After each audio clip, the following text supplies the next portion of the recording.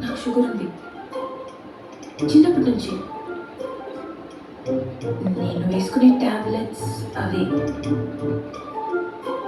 Drugs కాదు.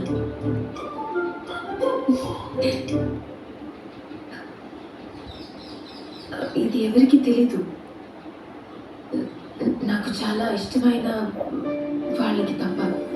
చాలా క్లోజ్గా ఫీల్ అయ్యే వాళ్ళతో,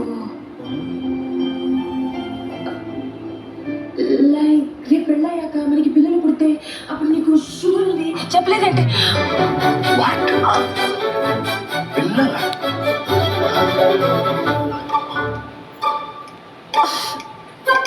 అది అది వెళ్ళి మేకప్ వేసుకోవాలి. బెటర్